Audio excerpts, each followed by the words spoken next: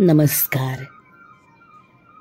अक्कलकोटस्थ श्री स्वामी समर्थ महाराजांची आद्यबखर. प्रकाशक धार्मिक प्रकाशन संस्था. अभिवाचन अदिती पालीमकर.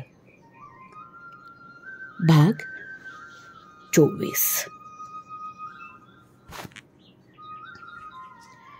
श्री स्वामी समर्थ. जय जय स्वामी समर्थ. श्री स्वामी समर्थ. काकासाहेब पहिल्यांदा समर्थांच्या दर्शनाला गेले या गोष्टीला 38 वर्षांहून जास्त काळ झाला. त्यावेळेला आगगाडी फक्त सोलापूरपर्यंतच चालू होती. पुढे मालगाडी मात्र जात असायची. उतारूंची गाडी मात्र जात नव्हती त्या काळामध्ये. आणि श्री स्वामी समर्थांची कीर्ती ऐकून काकासाहेबांच्या मनामध्ये अक्कलकोटाला दर्शनास जायचं खूप दिवसांपासून होतं. एकदाच नाताळाच्या रजेत तो त्यांचा योग आला. त्यांचा थाट केवळ राजकीय असे. चाकर माणसं, आप्तस्वकीय सर्वच आम्ही येतो म्हणू लागली. असं होता होता काकासाहेबांच्या बरोबर 200 माणसांचा समुदाय निघाला. सगळी मंडळी सोलापूरपर्यंत आगगाडीने आली. पुढे काकासाहेबांनी मुद्दाम व्यवस्था करून मालगाडीला माणसांचे डबे जोडून कडपगावपर्यंत सर्व मंडळी ती पोहोचली. राजाकडून म्याना, बग्ग्या आणि गाड्या स्टेशनवर तयार होत्या. काकासाहेबांना आणण्यासाठी कारभारी आणि दुसरी माणकरी मंडळी सामोरी गेली. भक्ती जसा मदात्मा, देही तसा न दारू का गमला. भक्तिप्रिय समर्थांनी काकासाहेबांची भक्ती पाहून हमको भी तट्टू भेजो, हम भी जावेंगे म्हणून आज्ञा केल्याबरोबर राजवाड्यातून त्यांच्याकरता मुद्दाम बग्गी आली. त्यात बसून महाराज अर्धवट कडपगावच्या रस्त्याने गेले. काकासाहेबांचं कुटुंब अस्पर्श असल्याकारणाने स्वतंत्र गाडीत बसले होते. उभयंता स्त्री पुरुष दर्शनाविषयी फार आतुर झालेली होती. महाराज अर्धवाटेवरती आल्याचं पाहून त्यांना जो आनंद झाला तो वर्णन करता येत नाहीये. खूप दिवस चुकलेली गाय जसं आपल्या तान्हुल्याला एकाएकी भेटली असताना त्याला जसा आनंद होतो तसाच अगदी काकासाहेबांना झाला. त्यांनी पूर्ण उल्हासानं दर्शन घेऊन अनंताश्रूंनी श्रींचं अंघ्रिक्षालन केलं. आपल्या कुटुंबालाही दुरून दर्शन करण्यास सांगितलं. त्याप्रमाणे प्रेमपुरस्सर त्यांनी आणि थोड्याशा दुसऱ्या लोकांनी दर्शन घेतलं. इतक्यात महाराजांनी गाडीत बसून चलो गाडी हाकालो म्हणून हुकूम केल्यावरून बाकीच्या मंडळींचं दर्शन अक्कलकोटाला झालं. काकासाहेब 2-4 दिवस तिथे राहिले आणि जाताना श्रीफलाचा प्रसाद काकासाहेबांच्या पदरात घालून टिचकी वाजून शीघ्र शीघ्र शीघ्र असं 3 वेळा महाराज म्हणाले. ह्याचा अर्थ त्यावेळेस ध्यानात आला नाही. पण आज्ञेप्रमाणे काकासाहेब शीघ्र कडपगावाला गेले. तेथे पाहताच तो मोठाच अनर्थ गुदरला होता. काकासाहेबांच्या बरोबरची काही मंडळी पुढे कडपगावास गेली होती. त्यात काही लहान अर्भके हौसेने हत्तीच्या अंबारीमध्ये बसून गेली होती. त्यावेळी आगगाडी नवीनच असल्याने तिचे कर्कश शिळीने मनुष्यही जेव्हा घाबरून जात मग जनावरं बुजतील ह्यात आश्चर्य ते कोणतं. स्टेशनाजवळ गेल्याबरोबर आगगाडीची शिळ झाली. त्या सरशी गजराज बुजून शुंडावर उभारून अरण्यात भडकला.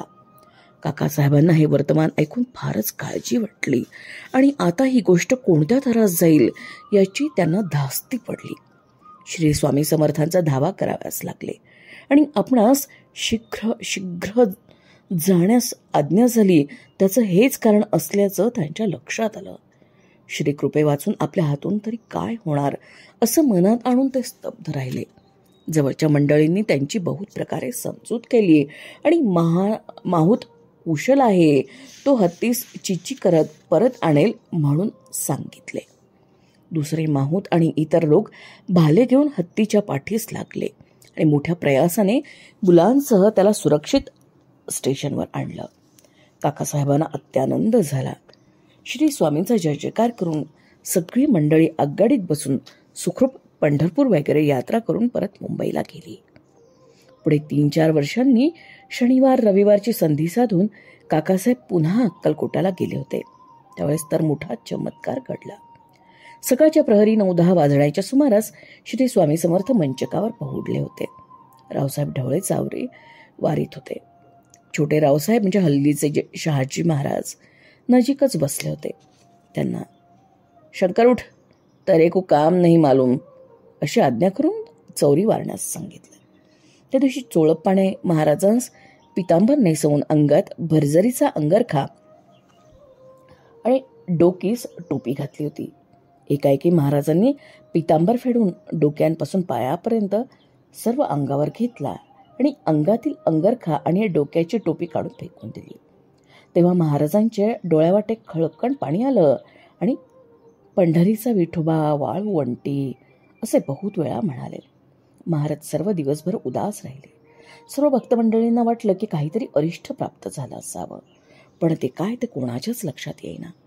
विचारी भक्तमंडळीही दिवसभर काळजीत राहिली. काकासाहेब रजा नसले कारणानं समर्थांची आज्ञा घेऊन निघाले. रात्री बार्शी रोड स्टेशनवर त्यांना बातमी कळली की पंढरपुरास कोणी यवनानं पंढरीनाथास धोंडा मारून पाय मोडला. श्री स्वामी समर्थांच्या आदल्या दिवशीच्या कृतीचं त्यांना स्मरण झालं आणि महाराजांची अगम्य लीला त्यांच्या लक्षात आली. पंढरीच्या लोका किती मारू हाका, तेथे माझा सखा पांडुरंग असे महाराज नेहमी म्हणत असत. त्या सख्यास दुखापत झाल्यानं महाराजांच्या डोळ्यात पाणी आलं. हे यथार्थच झालं. काकासाहेब यांनी श्री स्वामी समर्थांच्या अंतरसाक्षित्वाबद्दल काही गोष्टी सांगितल्या, त्या पुढे दिल्या आहेत. रावजी भिकाजी ढवळे उर्फ रावसाहेब ढवळे यांच्या मातोश्री श्री काशी क्षेत्री जाऊन राहिल्या होत्या. पुण्यक्षेत्री आपला देह पडावा अशी त्यांची इच्छा होती. काशा तू मरणान मुक्ती. एक वेळ त्यांची म्हणजे मातोश्रींची प्रकृती फार बिघडली. त्यांनी रावसाहेब यांना एकदम निघून येण्याबद्दल तार केली. तार येताच रावसाहेब श्री समर्थांजवळ येऊन आज्ञा मागू लागले. महाराजांनी आज्ञा दिली नाही. बैठ, किधर जाता म्हणून महाराजांचा हुकूम झाल्याप्रमाणे रावसाहेब स्वस्थ राहिले. पुढे त्यांच्या मातोश्रींना आराम पडून त्यांची प्रकृती चांगली झाली. पुढे 1 वर्षांनी याचप्रमाणे मातोश्रींची अवस्था असल्याचे पत्र आले. त्यावेळेसही महाराजांनी आज्ञा दिली नाही. सबब रावसाहेब गेले नाहीत. श्री समर्थांच्या वचनावर पूर्ण भरोसा ठेवून बसले. तिकडे मातोश्रींची प्रकृती साफ होऊन त्या पूर्ववत हिंडू फिरू लागल्या. पुढे 3ऱ्या वर्षी त्यांची प्रकृती पुन्हा बिघडून रावसाहेबास पाचारण झाले. महाराजांचा निरोप मागताच महाराजांनी आज्ञा दिली. ढवळे काशीस गेले. मातोश्रीस देवाज्ञा होऊन त्यांचा यथासांग विधी रावसाहेब यांच्या हस्ते झाला. पुढे ते काही दिवसात अक्कलकोटास दर्शनास गेले असता. पूर्वी गेला असतास तर गाय चिखलात रोतली असती म्हणून आज्ञा झाली. याचा अर्थ तू 2 वर्ष विनाकारण अटकून पडला असतास असाच असावा असं वाटतं. महाराजांचा अर्थ महाराजच जाणवत. रावसाहेब ढवळे हे महाराजांचे मोठे भक्त होते. ते किब्यांचे दिवाण होते. महाराजांची त्यांच्यावर पूर्ण कृपादृष्टी असे. एक वेळ महाराजांनी रावसाहेबांना सोन्याने मढवलेली रुद्राक्षांची माळ प्रसाद म्हणून दिली होती. ती त्यांनी पूजेत ठेवली. रावसाहेबांनी अलीकडे संन्यास घेऊन धर्मकारशात आपला वेळ घालवला. 4 वर्षांपूर्वी एका भाद्रपद मासी ते पुण्यास समाधिस्थ झाल्याचं कळतं. राजमान्य राजश्री बाबाजी सदोबा पोस्ट खात्यातील सुप्रिटेंडंट हल्ली पेन्शनर आहेत. हे खात्याचे उत्तम माहितगार असून मोठे मेहनती आणि नियमित वेळी काम करणारे होते आणि एक वेळ शनिवार रविवार संधी पाहून अक्कलकोटाला श्री समर्थांच्या दर्शनास ते गेले होते. दर्शन घेऊन परत जाण्यासाठी त्यांनी आज्ञा मागितली. महाराजांनी आज्ञा दिली नाही. बैठ, किधर जाता असं म्हणाले. काही वेळ बसून पुन्हा आज्ञा मागितली, पण आज्ञा मिळाली नाही. 3रे वक्तास आज्ञा मागता ती न देता महाराज म्हणाले, नदी किनारे पार. बाबाजींनी विचार केला की आता आज्ञा घेण्याची अपेक्षा धरली तर गाडी चुकून तिकडे सरकारच्या नोकरीत अंतर पडेल. महाराजांचा डोळा चुकवून ते निघाले आणि कडकगाव स्टेशनवर आले. पण गाडी कुठे आहे? त्याला अशी बातमी लागली की मोठा पाऊस पडून कृष्णा नदीस महापूर येऊन कृष्णेचा पूल पडला. 2ऱ्या दिवशी गाडी सकाळी आली. तो पावे तो त्यांना स्टेशनवर तिष्ठत बसावं लागलं. तेव्हा महाराजांची आज्ञा न देण्याचं आणि नदी किनारे पार या म्हणण्याचा अर्थ त्यांना कळून आला. सोलापूरला रेल्वेकडे एक इंजिनियर युरोपियन जातीचा असून त्याच्याकडे डिस्ट्रिक्ट इंजिनिअरिंगचं काम होतं. महाराजांची कीर्ती ऐकून तोही एक वेळ काही हेतू मनात धरून कडक गावाहून अक्कलकोटाला गेला. तो श्री स्वामी समर्थांचं दर्शन घेऊन आणि हात जोडून पुढे उभा राहिला. त्याच्या तोंडाकडे पाहून महाराज म्हणाले, क्या तेरे को बेटा होना हो जावेगा 1 बरस दिन में. आपल्या अंतःकरणातील महाराजांनी बरोबर ताडलेलं पाहून साहेबाला फार विस्मय वाटला आणि महाराजांच्या चरणी लीन होऊन तो आपल्या कामावर गेला. पुढे 1 वर्षाच्या आत त्याला पुत्ररत्न प्राप्त झालं आणि तो महाराजांचा भक्त झाला. सर जमशेदजी जिजीभाईचे दवाखान्यातील सर कावसजींच्या डोळ्याचे हॉस्पिटलात एक इस्रायल जातीचा डॉक्टर होता. नाताळ वगैरे सुट्टीचे दिवस आले म्हणजे मुंबईची चैनी मंडळी पिकनिक पार्टीला कुठेतरी जात असतात हे सर्वांना माहीतच असे. एक वेळ नाताळच्या रजेत काही मंडळी महाराजांच्या दर्शनास आणि काही गमती खातर म्हणून अक्कलकोटाला जायला निघाली. त्यांच्याबरोबर हे इस्रायल डॉक्टरही निघाले. सर्व मंडळीबरोबर त्यानंही जाऊन श्री समर्थांचं दर्शन घेतलं. त्याला पाहताच क्यों कितने हजार आँख तुमने फोडे म्हणून महाराजांनी त्याला प्रश्न केला. ते ऐकून तो आश्चर्याने थक्क होऊन गेला.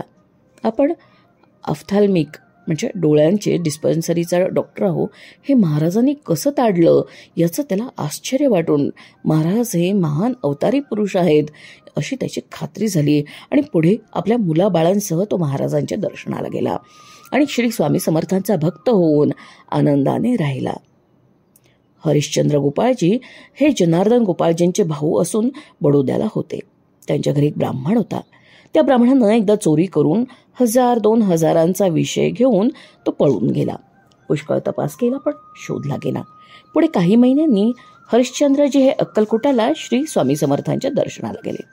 श्री स्वामी चरणी मस्तक ठेवून सन्निध बसले.